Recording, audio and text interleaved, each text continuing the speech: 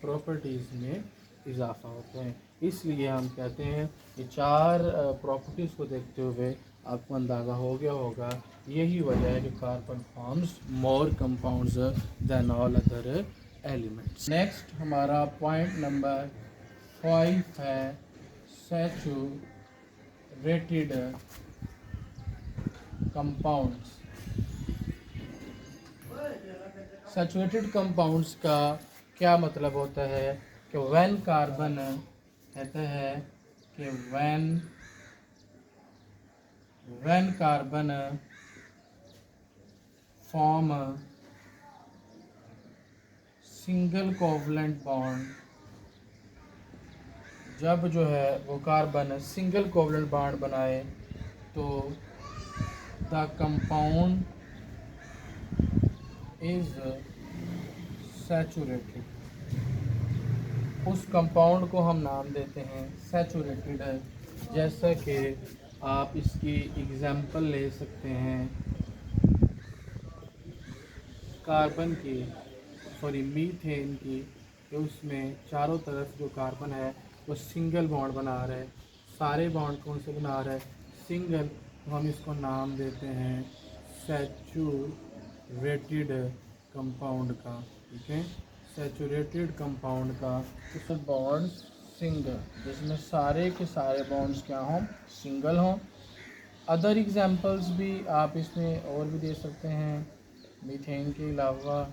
ठीक है, other examples में CH3Cl मिथाइल क्लोराइड है, CH3OH मेथनॉल है या मिथाइल अल्कोहल है, इसके बाद CH3NH2।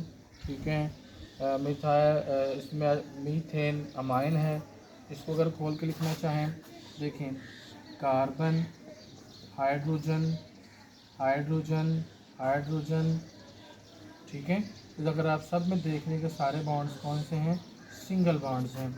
इसको देखेंगे तो कार्बन हाइड्रोजन हाइड्रोजन हाइड्रोजन और यहाँ पे आ गया OH। ठीक है, अल्कोहल का फंक्शनल ग्रुप। देखें इसमें भी सारे बॉन्ड्स क्या हैं सिंगल हैं। इसको लिखना चाहें तो देखें ज़रा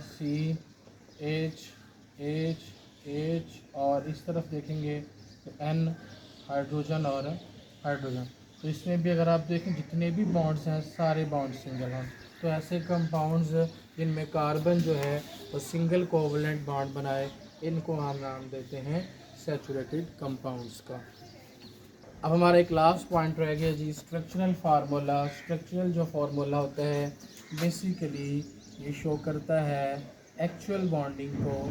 ठीक है, ये हमारे पास एक्चुअल बॉन्डिंग को शो करता है कि किसी भी कंपाउंड के अंदर कहते हैं कि कौन जो है वो कौन से एटम्स उसके साथ उसमें प्रेजेंट हैं और वो आपस में कैसे जुड़े हुए हैं और उनका सिंबल क्या है एटम के लिए, और फिर हम उन्हें जो जोड़ते हैं एक दूसरे एटम से लाइन से, उसको हम बॉन्ड कहते हैं। और बेसिकली जो स्ट्रक्चरल फार्मूला हमारे पास होता है इसमें, जैसे मैं आपको पहले भी हमने मीथेन की एग्जांपल ले लें। अगर आप CH4 है तो कार्बन में देखें हाइड्रोजन हाइड्रोजन हाइड्रोजन।